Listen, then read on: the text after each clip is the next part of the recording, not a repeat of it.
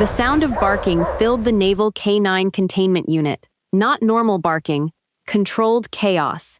5 military-trained combat K9s stood inside reinforced holding cages, each one aggressive, alert, and completely out of control. 3 handlers were already injured. 1 doctor had refused to enter the room again. The entire facility had gone into partial lockdown. These weren't ordinary dogs. They were elite combat K9 units, each trained for battlefield detection, enemy tracking, and high-risk tactical missions. And all 5 of them had broken protocol at the same time. No one understood why. Commander Beckett stood outside the reinforced glass, arms crossed tightly. "This is impossible," he muttered. A veteran handler shook his head. "They don't respond to commands anymore, not even mine." Inside the enclosure, one of the dogs slammed against the steel gate again. Metal echoed through the corridor. Another joined, then another. The sound was shaking the entire facility. Beckett turned sharply. "We've tried sedation. It made it worse. Remote commands? No response." A long silence followed. Something was wrong, deeply wrong. These dogs weren't just aggressive. They were reacting to something unseen, like panic spreading between them, like fear had a source. That's when she walked in, Nurse Adrienne Locke. No military rank, no tactical gear. Just scrubs and silence. The moment she stepped into the corridor, one of the SEAL handlers snapped. "Get her out of here. She's not cleared." But Commander Beckett raised a hand. Something about her presence made him pause. Not authority, something else. Confidence without explanation. Adrienne looked at the reinforced enclosure. 5 K9s, all locked on her now. Not attacking, watching, waiting. One of the handlers whispered, "They're focusing on her." Inside the enclosure, the barking stopped for half a second, then resumed, but different now. Less chaotic, more targeted, like they were trying to decide something. Adrienne stepped closer to the glass. Beckett frowned. "Ma'am, you need to step back." She didn't respond immediately. She studied the dogs, their posture, their breathing, their eyes. Then she said quietly, "They're not aggressive." The handlers looked at her like she was insane. One of them laughed sharply. "They just injured 3 trained soldiers." Adrienne didn't look away from the dogs. "No," she said calmly. A pause. "They're overwhelmed." That word changed the energy in the room. Because it wasn't wrong, it was just unexpected. One of the dogs suddenly stopped barking, then another, until only one remained active. The largest, a scar across his muzzle, a heavy tactical harness, a combat K9 from a classified SEAL unit. He was staring directly at Adrienne, not like a threat, like recognition. The commander noticed immediately. That one doesn't respond to anyone. Adrienne tilted her head slightly and stepped closer to the glass. The dog didn't move, didn't attack, didn't bark, just stared. The entire facility felt frozen. The air felt tighter. Then it happened. The dog lowered his head slightly, a submission response. Every handler saw it at the same time. "What?" one whispered. The commander narrowed his eyes. "That's impossible." Inside the enclosure, another dog slowly stopped pacing, then another. Within seconds, all 5 dogs were standing still, silent, watching Adrienne. No aggression, no panic, just stillness, like something had reset inside them. The commander turned slowly. "What did you do?" Adrienne finally looked away from the dogs, at the people, at the chaos, at the fear, and she said one word. "Calm." That was it. Nothing else. No command, no force. Just calm. Inside the enclosure, the largest K9 sat down. Then the others followed, one by one, until all 5 combat-trained Navy SEAL K9s were sitting silently, obeying. Not a handler, not a soldier, a nurse. The room went completely silent. One handler whispered, "That's not training." Another added, "That's control." The commander stepped closer. "No," he said slowly. "That's trust." And for the first time that day, The military dogs were no longer a threat. They were listening. The room stayed frozen after she spoke. That single word still echoed in the silence, like it didn't belong in reality. Inside the containment unit, all 5 dogs were sitting perfectly still now. Not sedated, not forced, just calm. But it wasn't normal calm. It was recognition calm. The kind that happens when chaos finally finds something it trusts. Commander Beckett didn't blink for a long time. Then he finally spoke. Lock down all external access.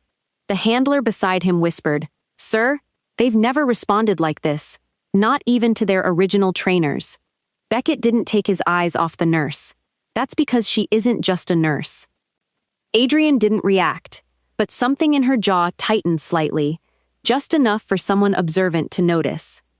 Inside the enclosure, one of the dogs stood up again, not aggressive, slow, careful, and walked right up to the glass, the closest point to her.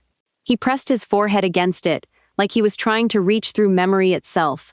The second dog followed, then the third, until all 5 were now at the front, quiet, focused, waiting. A junior handler swallowed hard. "They're synchronizing with her." Another replied, "That's not training. That's a conditioning response." Adrienne finally exhaled slowly. Her voice was low. "They're not reacting to me." A pause. "They're remembering me." That sentence changed the room completely. Commander Beckett stepped closer. "Explain." Adrienne didn't answer immediately, because what she was about to say wasn't supposed to exist anymore. Not in records, not in memory, not in military files. She looked at the dogs again, and for a moment her expression wasn't nurse-like anymore. It was distant, older, harder. "I wasn't always in veterinary care," she said quietly. Silence tightened instantly. "I was part of a field behavioral stabilization unit." One of the handlers frowned. "That doesn't exist anymore." Adrienne nodded slightly. "Not officially." A pause. "We worked with combat K9s after deployment trauma cycles, high-stress reintegration, memory desensitization protocols." Commander Beckett narrowed his eyes. "You mean conditioning?" Adrienne corrected him immediately. "Stabilization." A long silence followed. Inside the enclosure, one of the dogs tilted its head slightly, like it understood every word. Adrienne continued. "They weren't failing earlier because they're broken." She looked at them again. "They were failing because they were overloaded." Her voice dropped slightly. "And they recognized me as the only stable anchor they were ever trained to trust." A handler shook his head. "That's impossible. Dogs don't retain that level of emotional memory after a field reset." Adrienne looked at him. "They do, if the reset never fully worked." That line hit harder than anything before it, because suddenly it wasn't about obedience. It was about unfinished programming, unfinished memory, unfinished survival. Commander Beckett stepped closer now. "Who gave you access to these units?" Adrienne didn't answer immediately. The dogs inside the enclosure all shifted slightly at the same time, synchronized, like they were waiting for permission to remember further. She finally said, "The same program that shut down after the Black Ridge incident." Silence dropped again. Even Beckett stiffened slightly at that name. That wasn't public information, not even standard SEAL briefing material. One handler whispered, "How does she know that?" Adrienne continued, quiet now. "I was the one who extracted those units after the incident." A pause. "And I was the last person they saw before neural suppression protocols were initiated." Inside the enclosure, one dog let out a low sound. "Not distress. Recognition." Commander Beckett slowly exhaled. "You're telling me these dogs remember you after a full suppression reset?" Adrienne nodded once. "Yes." A pause. "Something in them never fully shut down." She looked at them again. "They didn't forget me." A long silence followed. Then one of the dogs did something unexpected. It turned away from the glass, walked back a few steps, and sat again, but this time facing the door. Not her, not the handlers, the exit. Commander Beckett noticed instantly. "Oh, what is that?" Adrienne's eyes narrowed slightly. "That's not a behavior response." A pause. "That's anticipation." The handler frowned. Anticipation of what? Adrienne didn't answer, because she already knew. And then it happened. A loud alarm sounded through the facility. Not medical. Not a system error. Military breach alert. Every monitor in the room flickered red. The SEAL handlers immediately reached for weapons. Commander Beckett snapped. Seal all exits. But Adrienne didn't move, because the dogs had already changed again. All 5 of them stood at once. Perfect alignment, perfect focus. No longer calm, now alert and protecting. Not the facility, not the handlers. Her. Beckett turned sharply. What did you do? Adrienne's voice was steady now. I didn't do anything. A pause. They found us. The dogs growled together. Low, controlled, unified. The sound of something that had stopped being experimental behavior and become purpose again. Beckett looked toward the corridor. Footsteps were approaching. Multiple, heavy, organized. Not hospital staff, not a SEAL unit, something else. And Adrienne finally said the truth out loud, very quietly. The program didn't stay buried. A pause. It came back for them. The dogs moved forward 1 step, blocking the glass completely, not attacking, preparing. And for the first time since this began, Commander Beckett realized something terrifying. The dogs weren't out of control earlier. They were waiting for a signal. And the nurse who'd calmed them wasn't calming them at all. She was reactivating them. The footsteps in the corridor got closer. Slow, controlled, not rushed like hospital staff. Not chaotic, like an emergency response. Calculated. Commander Beckett raised his hand slightly. Every SEAL handler in the room shifted position at once, but the dogs didn't move backward. They moved forward. All 5 of them. Perfect alignment, like they had done this before. Like this wasn't the first time they had stood between Adrienne and something coming for her. Adrienne finally spoke again. Don't engage unless they cross the threshold. Beckett turned sharply toward her. That's an order. She didn't look at him. It's survival. The footsteps stopped outside the glass doors. A pause, then a single knock. Not polite, not casual. Formal. The kind used in controlled entries. A voice came through the intercom. Commander Beckett, we are here to retrieve containment assets and personnel flagged under Black Ridge Protocol. Silence hit instantly. Even the handlers froze, because that code name wasn't supposed to exist anymore. Beckett stepped forward slightly. This facility is under SEAL jurisdiction. The voice outside responded calmly. Not for this matter. A second voice joined. Colder. You are harboring recovered behavioral assets and an unregistered operator. Adrienne finally closed her eyes for half a second. Just one, then opened them again. The dogs all turned their heads toward her at the same time, like they were syncing with her breathing. Beckett looked at her. Operator? Adrienne exhaled slowly. Now you know why I disappeared. A long silence followed. Then the first voice outside again. Final warning. Open the door. No one moved. Inside the enclosure, one of the dogs growled softly. Not aggressive. Waiting. Adrienne stepped forward slowly. Past Beckett, past the handlers, until she was standing directly in front of the glass. The 5 dogs moved with her instantly, blocking her completely, not letting her be exposed. Beckett noticed it now. They're not following you. A pause. They're protecting you. Adrienne looked at the door. They were trained to. The second voice outside cut in. Last chance. The hospital lights flickered once, then stabilized. And then everything moved at once. The doors exploded inward. Not violently, like an explosion, but precisely. A military breach entry. 2 armored figures stepped inside first. No SEAL insignia. Black Ridge Recovery Division. Heavily controlled posture. Non-emotional. Clean. One of them scanned the room instantly. Locked on Adrienne. Asset confirmed. The moment they said that word, all 5 dogs reacted instantly. Not barking, not hesitating. They moved as one unit forward, between Adrienne and the intruders. Commander Beckett shouted, "Hold fire!" But it was already too late. The air changed, not into chaos, into formation. Because the dogs weren't attacking randomly, they were executing containment defense protocols. Adrienne whispered, "No, not fear, realization." She looked at Beckett. "They're triggering the old override." Beckett looked at her. "What override?" Adrienne's voice dropped. "Black Ridge failsafe." A pause. "If they detect a retrieval team, they don't disengage." The dogs now fully formed a protective line, tactical spacing, flank coverage, movement coordination, perfect military discipline, but not from SEAL training, from something older. The lead intruder spoke again. "Unit Alpha, clearance required."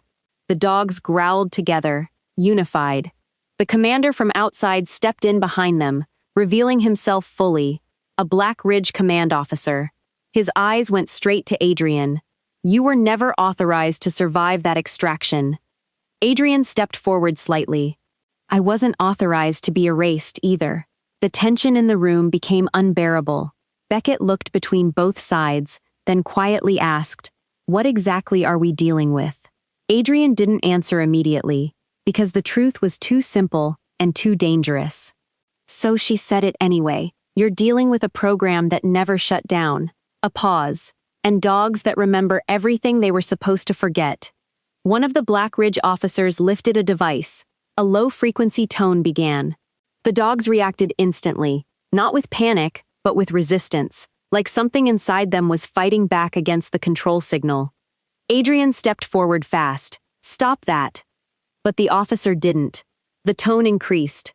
One dog faltered slightly, then recovered. Adrienne's voice sharpened. "Stop it, or they'll hard reset." Beckett turned sharply. "Hard reset?" Adrienne looked at him. "It wipes everything." A pause. "Even them." That landed hard.